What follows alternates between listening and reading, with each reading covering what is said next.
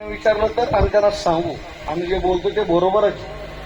सध्याची पिढी धर्माच्या दृष्टीने, संस्कृतीच्या दृष्टीने, त्या ठिकाणी आपले देवदेवतांच्या त्या ठिकाणी दृष्टीने, श्रद्धेच्या दृष्टीने बिथरली. ठीक आहे, श्रद्धा डोळस पाहिजे. शुद्ध कसूनी पहावे, वरीला गंगा न बोलावी. मी आत्ता सांगितले, आपलं मस्तक सर्वश्रेष्ठ आहे. हे मस्तक कोणाचे समोर झुकवण्याकरता नाही, कोणाच्या समोर नतमस्तक होण्याकरता नाही. आपलं हे मस्तक योग्य ठिकाणीच वाकलं पाहिजे.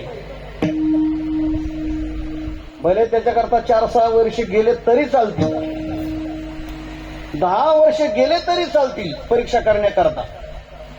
अरे सोनाराकडे तुम्ही सोनं मोडण्याकरता घेऊन गेले, असं लगेच पाहिलं सोनं घेतो काय?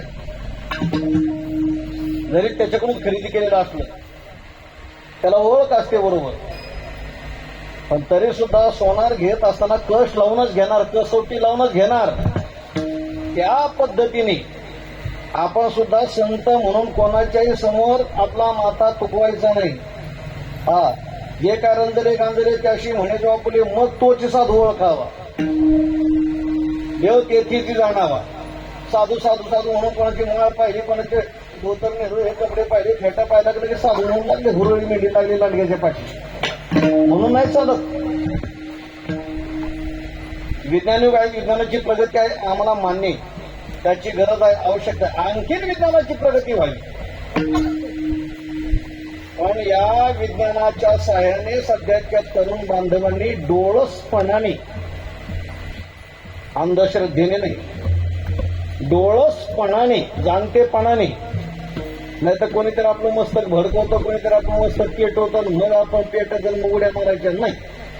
हे का करायचं? आपण वारी का करायची? तुम्ही नका वारीवर्षी प्रेम त्या ठिकाणी व्यक्त करू, नका वारीला जाऊ, पण निदान त्या ठिकाणी तुम्ही वारी का करायची? वारी करणाऱ्या लोकांच्या ठिकाणी कोणता स्वार्थ आहे का? कोणता विकार आहे का? हा, अरे वारीला गेल्याच्या नंतर तुका म्हणे खळ होती क्षमेची निर्मळ, जाऊन या मळ वाळवंटी नाचती. सांगू तुम्हाला, अरे वारीमध्ये गेले लाखो लोकांची व्यसन